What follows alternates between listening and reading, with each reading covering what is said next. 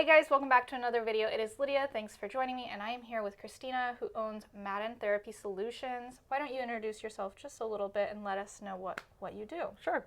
I am Kristina Madden. I own Madden Therapy Solutions here in Florida. I am a pediatric speech pathologist. I've been doing this for about 16 years, so I work with children with a variety of diagnoses from birth to adulthood, basically. Thank you for doing this. Thank you for you're being welcome. here. My pleasure. My pleasure.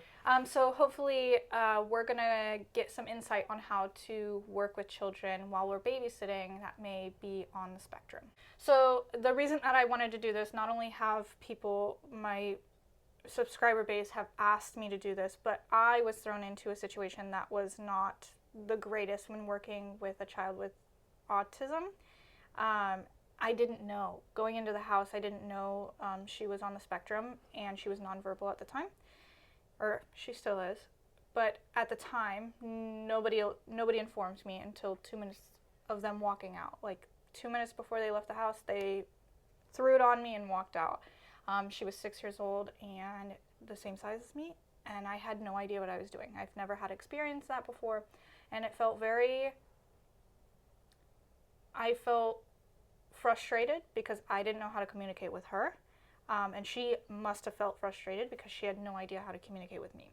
And I don't ever want that to happen to anybody who goes into a household, but I know my specific situation isn't typical.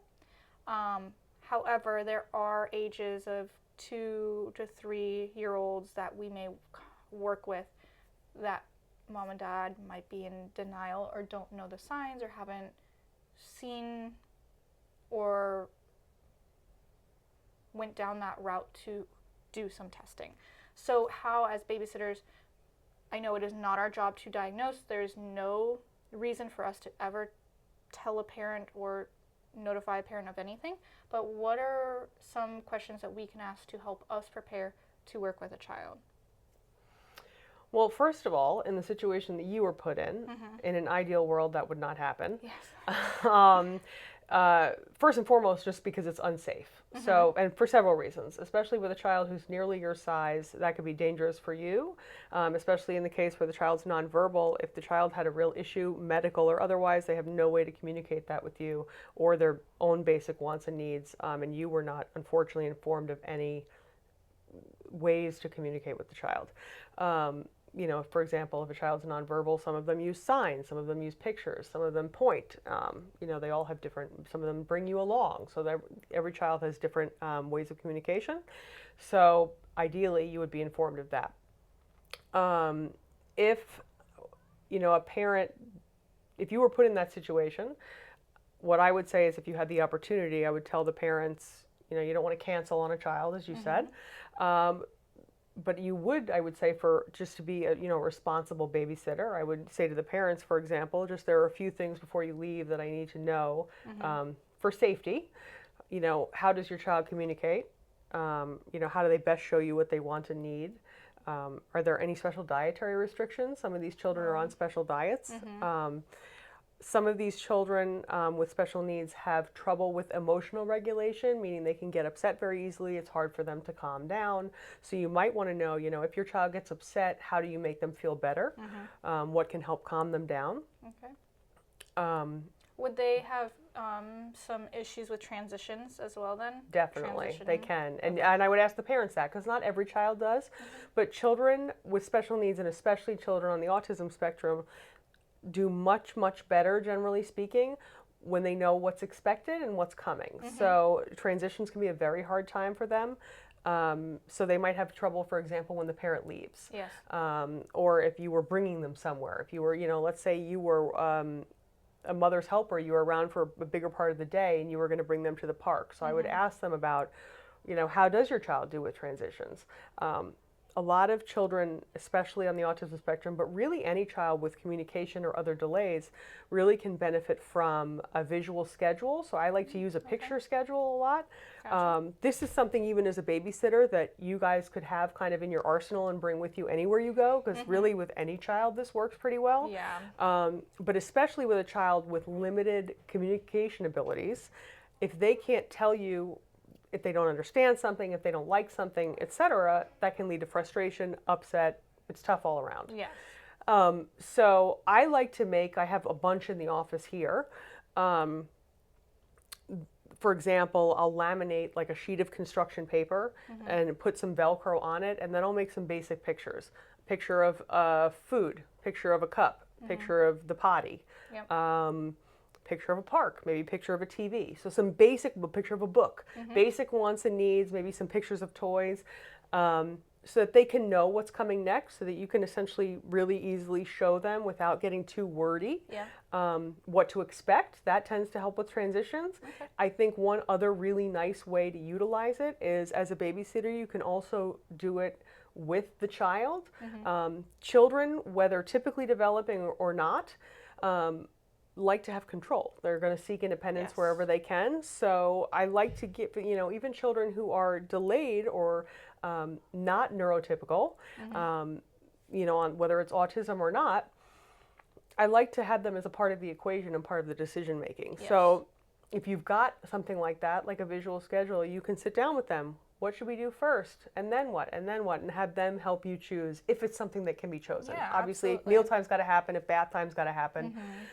We do talk about, in a couple other videos, I do talk about giving options. Option is huge with younger children. So even though bath time does have to happen, are we going to play and then wash, or wash and then play? Like giving those options, you're totally right. Kids like to feel like part of the decision making. So Same idea. So you would use that for your visual schedule too. That like, okay, this one has to happen. Which dot are we putting it on? yeah, okay. That sort of idea. So I think visual schedules are great. And I think, I mentioned this before, but I think especially in this case, if you talk to the parents about, I want to be as effective and as safe as possible with your child. So going back to what helps calm them down, what emergency and from any dietary restrictions, that sort of thing. And then also, obviously, hopefully they're available to you if there is an emergency of some kind. Yes.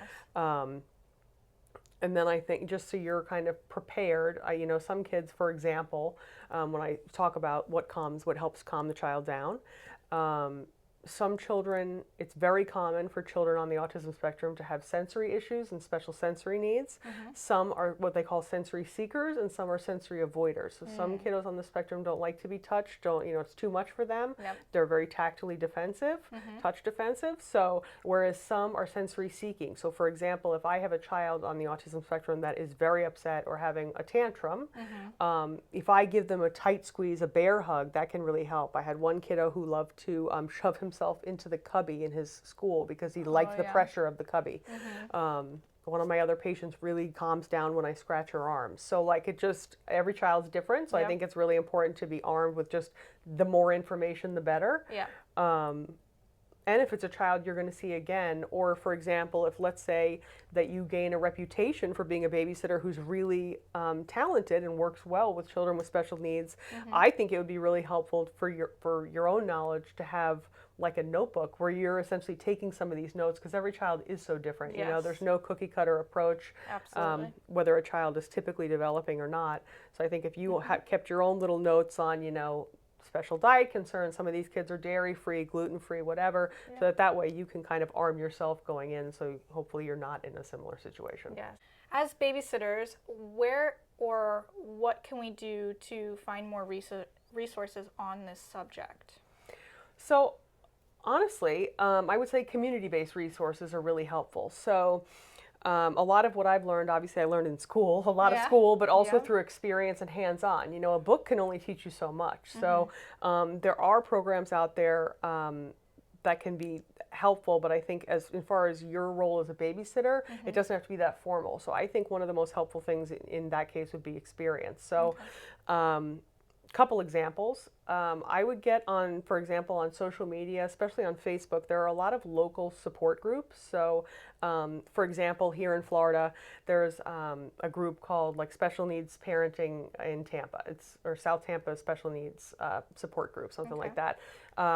There's a lot, if you search for autism support groups, autism parent, autism mom groups, things like that, that you can be a part of, and just so you can really understand not only learning more about what the child's going through, behaviors, etc., but also from the parent's perspective of what they're going through. Because I think it really helps you as a babysitter be more empathetic to how difficult it can be and how much of a struggle, how stressful. Honestly, your role as a babysitter is invaluable because a lot of these parents with children with special needs, especially some of the children that are a little more significantly delayed or impacted, those parents have a very hard time finding babysitters. So they get very, very little respite care. They get very little rest. So if they find somebody that's talented and knows how to work with their child and cares about their child and doesn't just want to use screen time as the babysitter, that's incredibly valuable because you guys can then use your knowledge and that interaction to really make that time useful for that child and use their interests to really build on their skills, right? So one other thing I was going to say is, use what's in your community. If you have a neighbor or somebody you know, a friend of a friend that has a child with special needs, contact the mom. Say, can I come be a mother's helper? Can I come with you for the day and help you out and volunteer and help you out? Because not only then are you learning about the child, but that mom is also then seeing that you're getting to know her kiddo and might very well want your help in the future as you get more and more used to what that child needs. Yeah, absolutely. Another great resource would be if there are, for example, private therapy clinics or therapy clinics in general in your area with speech therapy, occupational therapy, etc. See if you can reach out to them and see if they take volunteers or they take shadows. Because if you're able to shadow some therapy sessions, you'll see some real life examples of this. And certainly, as a babysitter, we don't expect you to be doing therapy, but you can also see some of our interventions and how do we respond when this happens, how do we respond, and when this happens, and contrastingly, what don't you want to do if you see this to escalate the situation. Absolutely. So really take advantage of resources, not only on social media, but in the community with, mothers that may have children with special needs, as well as clinics where obviously they're going to have a high concentration of that population just for you to really kind of dive in and get a wide variety of seeing what's out there and what what types of things you might encounter. That's awesome. We talk about being a mother's helper all the time to gain experience, but I never thought of it in that sense of working with children with special needs, going to be a mother's helper for that family, just to get your hands-on experience that I talk about, getting hands-on experience for babysitting before you do it on your own. Well, Kristina, thank you so much for all of your time and your wealth of knowledge. It's been very helpful for me, but I'm sure for them as well. Babysitters, if you guys have any questions, please let me know down in the comment section below. I will see you guys in the next video, and thanks for watching.